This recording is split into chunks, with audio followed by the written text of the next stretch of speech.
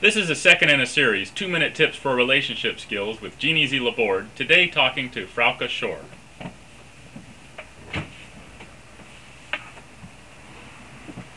Good morning, Frauke. Come closer so we can get you on camera. I want you to talk about the skills that you found specifically useful in your relationship. I know you have a lot of skills, and some of these are business and some of these are academic. But for today, let's just focus on the ones that are useful for relationships. So what's the most important one? Well, one of the things that I learned in your seminar when I took it a couple of weeks ago was that how I think, how I process information, and how because of that, because the way I process information in a certain way, I communicate in a certain way too, and I behave in a certain way. And so I kind of started thinking about how my husband communicates and how he must think and process information, and I realized that the way we're communicating is quite different.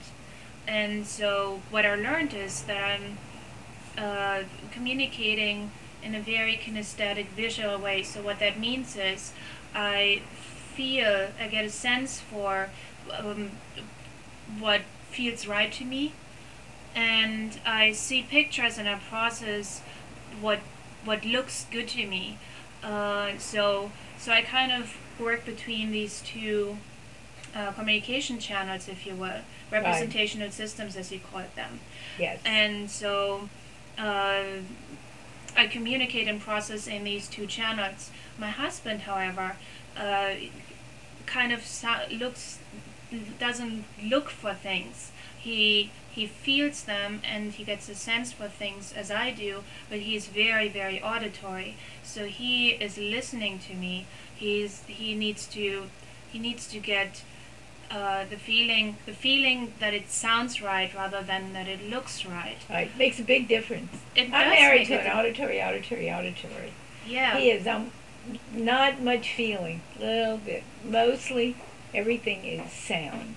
Right. And he'll say things like, "Don't use that tone of voice." When I'm thinking I'm using the very same tone of voice I always use, but right. He can hear a little shift when I'm a little irritated and I don't even know it.